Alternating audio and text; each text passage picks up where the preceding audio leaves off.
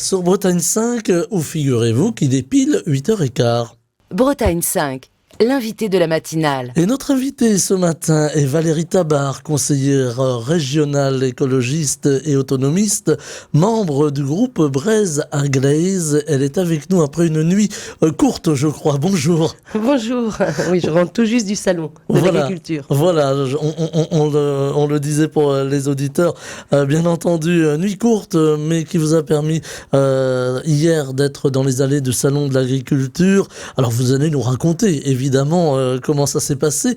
Un salon d'agriculture qui a connu un grand chahut à son inauguration par Emmanuel Macron. Est-ce que ça vous a attristé? Est-ce que ça vous a surprise ou est-ce que vous y attendiez?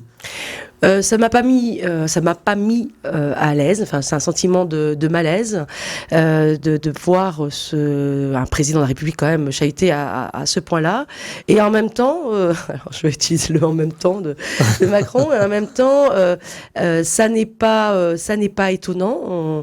Enfin, moi, je me suis remémoré à ce moment-là ma propre mobilisation et avec tant d'autres sur d'autres sujets, mais sur la réforme des retraites, par exemple, et sur la surdité d'un pouvoir qui n'écoute pas la rue.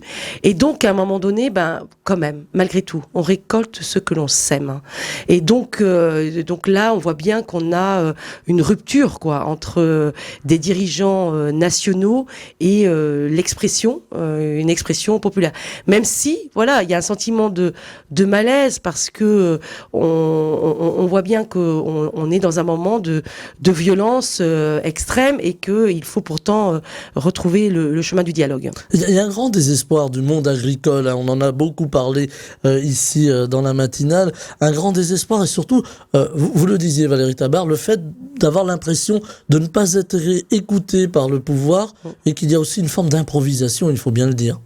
Oui, complètement, ça tergiverse, et puis là c'est dramatique ce qui se passe, puisque la demande, et moi je comprends le malaise agricole, dans le fait, déjà qu'on a perdu énormément d'agriculteurs, on était à plus d'1,2 million au milieu du siècle, on est à moins de 400 000 aujourd'hui, enfin c'est quand même, c'est un plan social de sortie d'emploi de l'agriculture mais majeur, donc forcément ça rend mal à l'aise cette profession, mais surtout c'est une profession, alors là, il faudrait regarder avec précision, parce que toutes les filières ne souffrent pas, tous les agriculteurs ne souffrent pas, mais malgré tout, il y a un manque de reconnaissance, globalement, et puis vraiment, il y a un manque de revenus, et particulièrement, moi je pense aux éleveurs bovins, aux maraîchers, je pense aux agriculteurs biologiques qui vivent une crise, alors qu'on avait demandé à ce que, et parce que c'est dans le sens de l'histoire, d'aller vers cette agriculture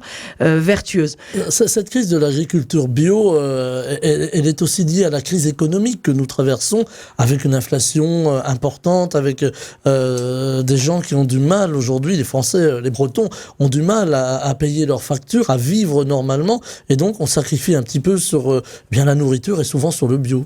Oui, complètement. Alors j'avais pas fini pour dire que là où ça tergiverse pour le pouvoir, c'est que on est en attente. Alors là, il vient d'annoncer le président Macron le prix plancher. Je sais que c'est beaucoup discuté, mais pourtant c'était revendiqué par la Confédération paysanne, revendiqué par la gauche, porté aussi par la gauche encore cet automne, à la faveur d'une proposition de loi de LFI, de la France insoumise. Mais il faut travailler. En tout cas, les premières annonces ont été un recul environnemental, et c'est ce que j'ai entendu dans les rangées, les halls du salon de l'agriculture, y compris au sein des chambres d'agriculture, qui disent mais là on recule de 10 ans.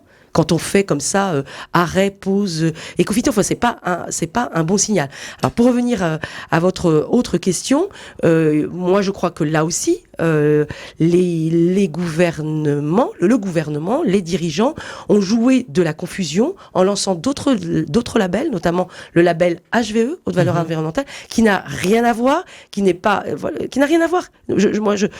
par rapport au label agriculture biologique, qui est vraiment très vertueux parce que c'est sans pesticides et où les gens d'ailleurs payent eux-mêmes, il y a une indépendance, payent eux-mêmes le contrôle par un organisme indépendant qui vient contrôler installés chez eux. Donc là, il y a eu de la confusion chez les consommateurs.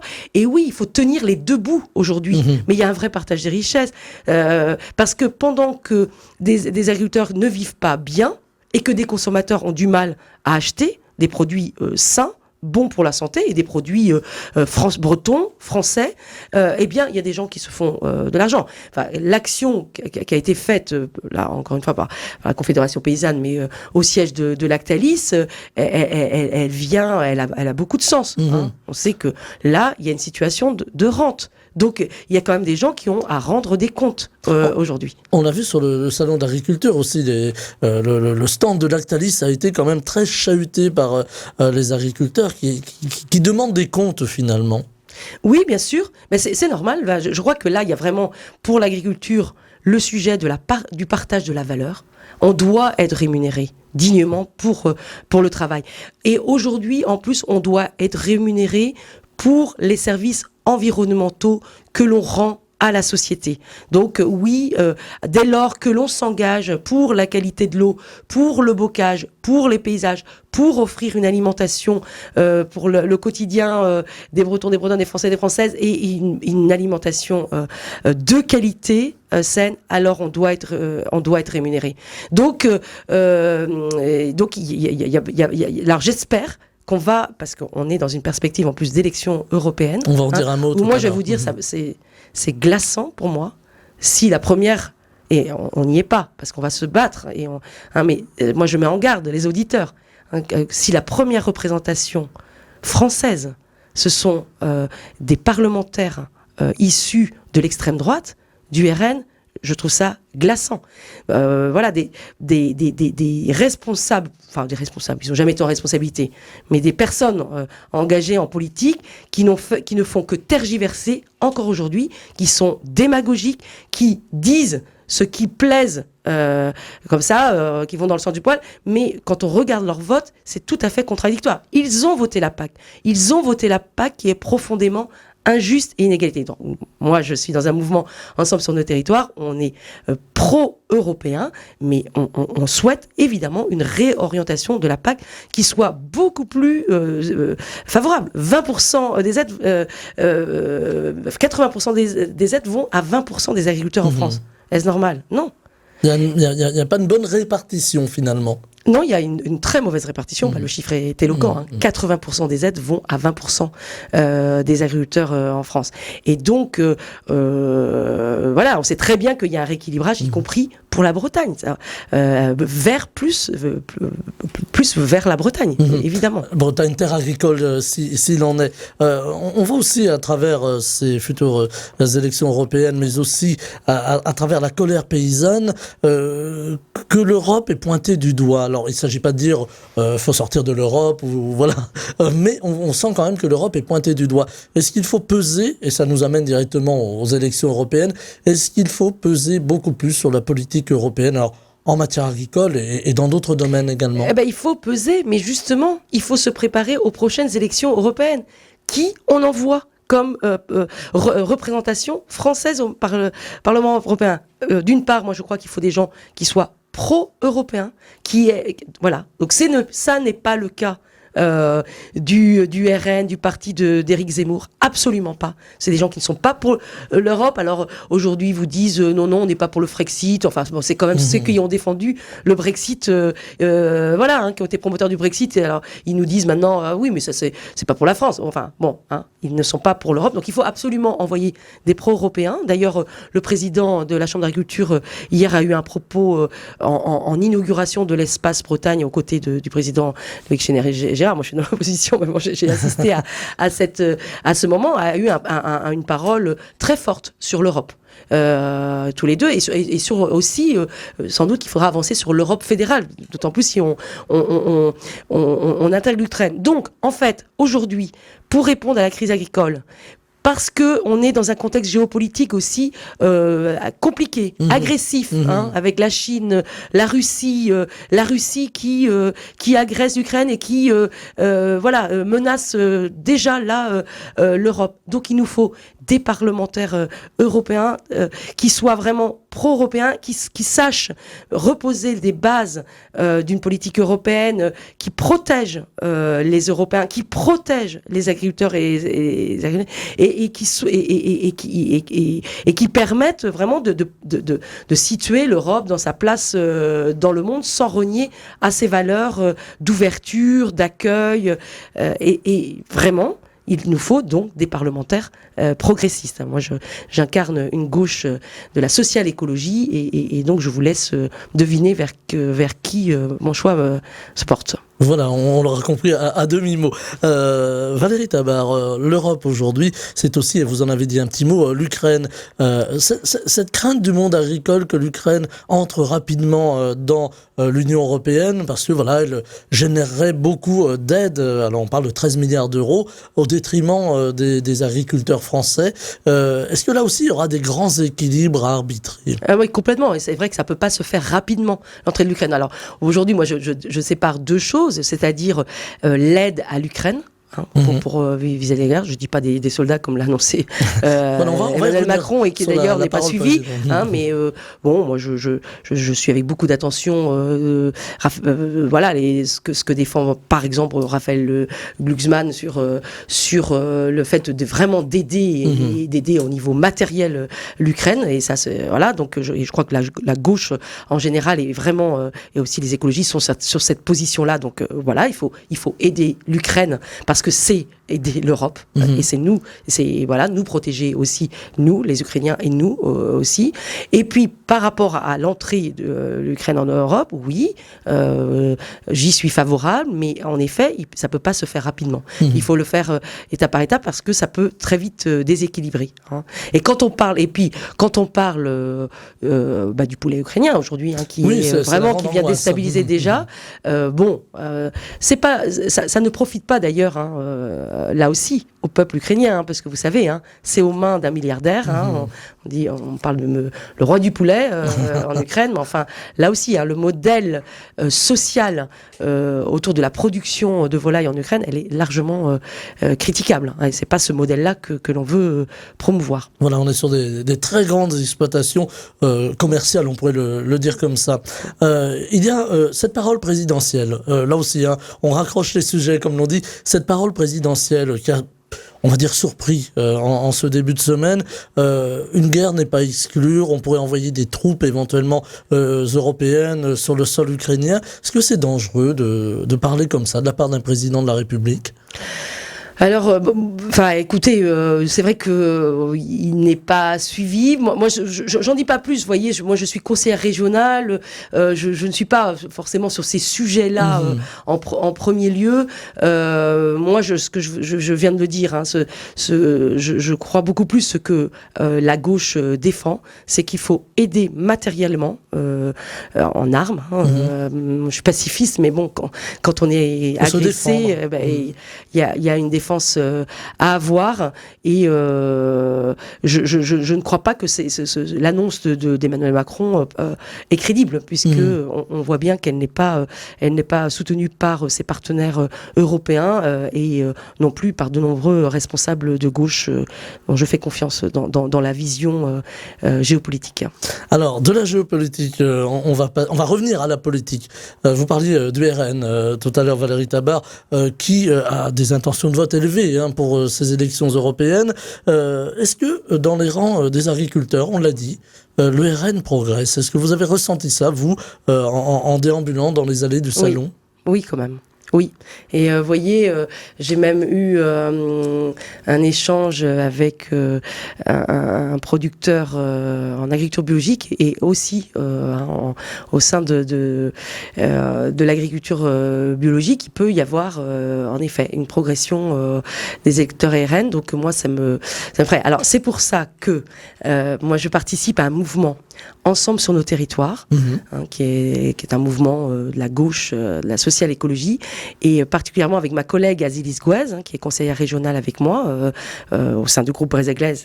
Il y a 2 composants de l'UDB, l'Union démocratique bretonne, et Ensemble sur nos territoires. Donc avec Ensemble sur nos territoires, on organise une journée, et j'étais pour ça hier aussi au salon, pour parler de cet événement. Et ça, c'est important, une journée, et j'invite aussi les auditeurs et éditrices intéressés à venir, parce que c'est très ouvert. Le samedi 16 mars à Morlaix, on organise une journée de dialogue sur l'avenir de l'agriculture bretonne, avec le titre « Réussir les transitions en sortant des affrontements », avec vraiment l'idée que le chemin de la transformation agroécologique, le cap de la transformation agroécologique n'est pas négociable. C'est pas négociable. Aujourd'hui, on doit avoir la boussole du climat, la boussole de la biodiversité, la boussole de la santé qui doit guider. Mais par contre, ce cap n'est pas négociable. Les scientifiques, il faut écouter les scientifiques le disent. Voilà. Par contre, le chemin est négociable. Et c'est comment on fait. Et bien sûr, on peut pas avoir des ruptures. Voilà, il y a de l'angoisse aujourd'hui. Il y a de l'angoisse dans les campagnes. Il y a de l'angoisse aussi chez les ouvriers de l'agroalimentaire. Quand ils entendent comme ça un discours écologiste, ils se disent, mais ça veut dire quoi par rapport à mon travail? Donc, et ça, il faut. Donc, nous, on met les choses sur la table, on réunit les gens. C'est-à-dire que je viens d'un mouvement, le MRJC, qui était la JAC avant, qui a porté une génération, qui a formé une génération, qui a porté cette page de modernisation, de productivisme en Bretagne, avec la loi, ça donnait lieu à la loi d'Edgar Pisani, les lois de modernisation 60-62. Et ben aujourd'hui, il faut vraiment ouvrir une autre page. Alors, les agriculteurs, hier, j'ai discuté, les agriculteurs disaient, mais écoutez, on est déjà en transition, on a toujours été en transition. Oui, mais entendons-nous bien. Il s'agit bien de vraiment donner un cap à 40, 50, 60 ans de l'agroécologie. Et l'agroécologie, il va bien falloir se redire ce que c'est. C'est pas juste mettre des panneaux photovoltaïques sur son toit, c'est déjà bien. C'est pas juste mettre des trackers. Non, c'est pas juste ça. C'est redimensionner l'agriculture aux capacités de la Bretagne, de ses sols, de son air, de ses sols, de son air, de son eau. Ça veut dire revenir à un élevage lié au sol. Alors là, encore une fois, moi, je stigmatise pas les productions hors sol, les producteurs qui sont hors sol, mais c'est de dire que l'avenir doit être autre. C'est aussi réduire et envisager la sortie complète des pesticides, parce que ça pose question. Ça pose question. Et que tout de suite, on va dire chute de rendement. Non, moi j'ai discuté hier avec aussi des gens engagés, des gens de la Chambre d'agriculture, et qui disent que dans les stations expérimentales, ils arrivent à moins 80%. Mais c'est énorme. Alors maintenant, il faut le levier financier, le levier réglementaire, pour permettre aux agriculteurs, aux agricultrices, vraiment d'y aller dans ce sens-là. Alors, il y a souvent une peur de l'écologie dans le monde agricole. On dit, les écologistes, ils vont nous embêter. Des fois, le mot est plus marqué. Ils vont nous embêter, ils vont nous rajouter des normes. On en a déjà beaucoup. Est-ce que il va y avoir un grand moment pour convaincre finalement le monde agricole de changer, même s'il commence sa transition, sa mutation, mais est-ce qu'il va falloir très longtemps convaincre avant d'arriver à un modèle qui Moi, bouge? je crois que les agriculteurs et les agricultrices sont convaincus du changement climatique, parce que c'est eux qui sont aux premières loges pour l'observer. Épisode de sécheresse, pluie, voilà, ils le voient. Effondrement de la biodiversité, ils le repèrent. Donc, ils en sont convaincus. Mais c'est comment on fait. Et en effet, on peut pas les laisser. C'est pour ça que c'est irresponsable aujourd'hui, les annonces de Gabriel Attal. C'est irresponsable. Parce que là, et quand il y a eu l'annonce du prix plancher, moi, c'est très bien, prix rémunérateur. Mais maintenant, mettons-nous autour de la table pour voir comment ça peut se passer, pour, en effet, que ça se passe dans un moment où aussi, on rompe avec des accords de libre-échange, parce qu'il s'agit pas, encore une fois, de créer un appel d'air encore plus avec des produits importés. Et puis comment on fait, parce qu'il faut différencier selon les régions, un prix rémunérateur sur les produits, et puis comment on fait au sein de l'Europe aussi, parce que là aussi, il va pas falloir que ça exacerbe une concurrence déloyale. Donc moi, je pense que, voilà, donc il y a une irresponsabilité, on va droit dans le mur, et il n'y a pas les réponses à la hauteur. Il y a des agriculteurs, et les agricultrices sont conscients. Voilà. Maintenant, il faut réussir à les aider à prendre le chemin. Et moi, j'incarne, et avec ma collègue Azilis Gouez, on est toutes les deux issues du milieu agricole. Voilà. Moi, je n'ai jamais quitté le milieu agricole. Mon activité professionnelle, elle est dans l'agriculture. Alors, avec une certaine agriculture, mais je porte une réalité agricole. Vous connaissez le terrain. Je connais, je suis issue du Sud Morbihan, j'ai grandi dans une ferme laitière, à Zilgoas, c'était une ferme de vaches allaitantes, de viande bovine, donc et puis l'équipe ensemble sur notre territoire, c'est toute l'équipe, hein, Ronan Dantec et d'autres, on est attaché à ça, à cet ancrage dans les territoires ruraux, cette capacité de mettre les sujets sur la table, sans tabou, mais avec un grand respect, voilà. Le respect. J'entendais, je me reconnaissais bien Gérard Gruau, qui est directeur du CNRS et qui suit beaucoup le sujet de l'eau, hein, et qui disait il faut avoir la préoccupation du poids qui est sur l'épaule de l'autre quand on lui parle. Quand on lui parle de changement. Et ça, je crois que c'est ça. Donc, on met les sujets sur la table, sans tabou, mais avec un grand respect. Et ce respect, c'est aussi associer finalement le monde agricole. On a l'impression aujourd'hui que les réponses gouvernementales, bien, voilà, ça part du haut de la pyramide, mais on n'associe pas le monde agricole, le monde paysan aux décisions qui le concernent directement. Si, parce qu'on peut dire que, on est en situation de cogestion depuis des dizaines et des dizaines d'années. Maintenant, c'est la question de la représentation. Est-ce que vraiment la représentation aujourd'hui est cogestion avec la FNSEA? Est-ce que vraiment cette représentation avec Monsieur Rousseau à la tête, est-ce qu'elle représente vraiment l'agriculture? Alors, elle est diverse, l'agriculture française, mais enfin, est-ce qu'elle représente la grande majorité qui sont quand même des fermes familiales? Est-ce qu'elle représente ça? Moi, une grosse question quand même. Donc, en tout cas, moi, je vois qu'on a, avec Ensemble sur notre territoire, cette capacité à être en échange avec le monde agricole. André Sergent, le président de la Chambre d'agriculture de Bretagne, sera présent. Rémi Cristoforetti, qui est le PDG de Gouessant, président de la BEA, de l'agroalimentaire, sera présent. Et il faut discuter avec les opérateurs économiques pour prendre bien. Arnaud Plugerie, délégué opérationnel d'eau et rivière, sera présent. Arnaud Lécuyer, vice-président de l'agriculture, sera présent le samedi 16 mars à Morlaix. On met, et j'en passe, il y a le sénateur Daniel Salmon, écologiste, on met tous ces gens autour de la table pour discuter. Moi, j'invite les gens à aller voir le programme. On communique sur les réseaux sociaux autour de cet événement parce que c'est un premier jalon que nous voulons poser. Ça va pas c'est pas un colloque, un énième colloque qui se rajoute à un autre. C'est vraiment un premier jalon en se disant que la Bretagne, elle a cette capacité de dialogue et de coopération. La Bretagne peut être en fait une région un peu pilote justement pour ce chnement de modèle agricole. Complètement. Elle a su le faire. Dans les années 60. Voilà, on est sorti d'une misère, il faut le dire. Et puis ça a été magique, les engrais, les pesticides, la mécanisation. Il y avait moins de pénibilité. Il faut le reconnaître. D'ailleurs, notre première table ronde, c'est et si on exerce un droit d'inventaire, on s'autorise un droit d'inventaire. Parce que souvent on est figé. C'est oui, mais il y a de l'emploi, mais bien sûr. Et d'ailleurs, il faut pouvoir redire toute cette histoire. Et maintenant, qu'est-ce qu'on garde? Parce qu'il y a des principes importants, mais de quoi on se déleste aussi, parce que, voilà, le livre de Nicolas Legendre aussi a été important dans le fait de voilà, moi alors il a été décrié, je l'entends dans le milieu agricole. Il a le prix Albert de Londres qui montre bien son travail d'investigation de qualité, qui montre bien qu'à un moment donné, il y a une espèce d'omerta, on n'arrive pas à mettre des sujets sur la table. Donc la Bretagne, elle était capable. Donc, et maintenant, c'est pas, on met le couvercle et on bouge, mais à la marge, ou on bouge, mais chacun est seul sur sa ferme. Non. On a un récit collectif à construire ensemble. Donc, il faut on dialogue et qu'on se parle, qu'on échange, qu'on réfléchisse, qu'on accepte de bouger les uns les autres et qu'on écrive ce nouveau récit collectif pour la Bretagne. Est-ce qu'il faut sortir finalement d'une forme de militantisme, ce qui fait peur souvent au monde agricole? On dit voilà, on a les militants écologistes, voilà, ils veulent nous embêter. Moi, nous, c'est vraiment notre, on est clairement situé politiquement, là où on est, gauche, social, écologie, mais on a le souci. On a le souci dans cette journée de Morlaix que nous préparons de sortir de l'entre-soi militant. Et d'ailleurs, moi je suis assez interloquée et agréablement surprise, c'est que tous les interlocuteurs l'attendent. Tous les interlocuteurs l'attendent.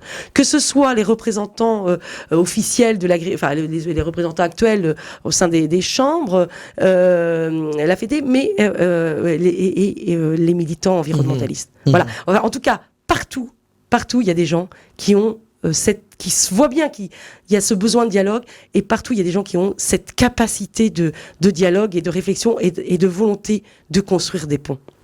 Alors, il nous reste 3 petites minutes. Je voulais qu'on parle d'un autre sujet qui n'est pas agricole, mais qui va concerner la femme politique que vous êtes. Hier, Ah oui. le Sénat a voté l'inscription de l'IVG dans la Constitution. Alors, on a entendu des voix dissonantes qui disaient oui, il n'y avait pas forcément besoin de l'inscrire, et d'autres voix qui, au contraire, disent voilà, il pèse sur les femmes quand même le risque que bien un jour on dise l'IVG c'est fini. C'est passé dans certains États américains, il faut le dire. C'était important que ce soit inscrit dans le marbre. Bien sûr, alors bien sûr, vraiment, je me réjouis dès hier soir. Enfin, j'ai suivi, j'ai reposté un post de Ronan Dantec, qui est le président d'Ensemble sur nos territoires, qui est sénateur, parce que le groupe écologiste au Sénat, et avec Mélanie Vogel, écologiste, qui s'est largement mobilisé. Derrière ça, il y a aussi l'Union de la gauche, très très largement mobilisée. Il y a eu des voix dissonantes, mais moi je remarque quelque chose, et on se réjouit par les temps qui courent, quand on a souvent des reculs, c'est que le Sénat a adopté, donc ça va être en congrès maintenant, mais a adopté la constitutionnalisation, dans la Constitution, le fait de reconnaître cette liberté donnée aux femmes, avec une liberté qui est garantie. Une large majorité, Oui, il n'y a eu que 50... Mais je crois que Mélanie Vogel, et ça rappelait le débat qu'il y avait dans le cadre du débat sur le mariage pour tous, c'est qu'à un moment donné, elle a dit, elle a regardé droit dans les yeux les sénateurs et sénatrices en disant, sa formule, je ne la reprendrai pas complètement correctement, mais c'est de dire que diront vos filles, vos petites filles, vos nièces. Et ça a été c'est la même chose qu'avait dit Christiane Taubira. Pensez à vos petites filles, à vos arrière petits enfants, pas que petites filles d'ailleurs, parce que la reconnaissance du mariage homosexuel, aussi, bien sûr. Voilà. Et ça, c'est fort de t'interpeller les responsables politiques sur à un moment donné, prendre la vague de l'histoire et de la progression et de l'ouverture des idées. Alors 50 sénateurs, ceci dit, n'ont pas voté pour l'inscription de l'IVG. Alors certains disent, voilà, c'est simplement constitutionnel. Qu'est-ce que vous auriez envie de leur dire aujourd'hui, même si ça va peut-être pas les convaincre? C'est qu'à un moment donné, il y a une hiérarchie quand même juridique, et que de le reconnaître dans la Constitution, c'est plus difficile pour l'attaquer. C'est ça. Ça vient vraiment dire que c'est un droit fondamental. Et on le reconnaît à un moment donné. Ça fait partie de notre civilisation humaine que de reconnaître que pour les femmes, vous savez, il n'y a pas, je crois, d'avortement de confort, mais c'est compliqué de gérer toute une vie, une contraception ou selon des circonstances, le fait de ne pas de se retrouver peut-être à un moment donné enceinte et de ne pas avoir le désir ou la capacité et avoir du mal à l'assumer. Donc oui, c'est important. C'est important. C'était une décision, on pourrait qualifier d'historique? Oui, je pense. Et d'ailleurs, il y avait beaucoup d'émotions hier soir. Et oui, moi, je peux dire que je me suis réjouie. Et oui, c'est historique. Oui, c'est important, d'autant plus quand on voit les menaces qui courent, avec un rassemblement national et qui est aux portes du pouvoir. Malheureusement, pourtant... parce que avec vraiment, vous voyez, moi, j'ai eu Gilles Pénel en débat, le leader du RN, et je lui ai dit, je reconnais votre art oratoire, mais après, aucune proposition concrète. Dans une même phrase, il vous dit tout et son contraire. Dans une même phrase. Et il s'abstient de dire comment il va faire. Donc, à un moment donné, il y a beaucoup de démagogie, beaucoup d'à peu près. Alors, ils se sont organisés, ils deviennent plus professionnels, ils ont une capacité oratoire, ça c'est évident, mais il faut quand même regarder donc déjà leurs contradictions, leur démagogie, dire ce que les autres veulent entendre. À un moment donné, Jordan Bardella, quand il s'était déplacé, là je reviens à l'agriculture, mais dans ses premiers déplacements à Bordeaux, c'était quand même tout de même, il disait de sortir de l'Europe. Donc, et surtout le fond idéologique du RN, qui est raciste, excluant. Et c'est là-dessus qu'on va terminer. Valérie Tabar, on vous aurait écouté encore longtemps, mais l'heure c'est l'heure. Merci d'avoir été avec nous. Valérie Tabar, conseillère régionale, écologiste et autonomiste, membre du groupe Braise-Aglaise, était avec nous ce matin de retour du Salon de l'Agriculture. Je l'en remercie, je vous souhaite bon repos et belle journée. Oui, on va se reposer beaucoup. Bretagne 5, Stéphane Hamon, le 7-9.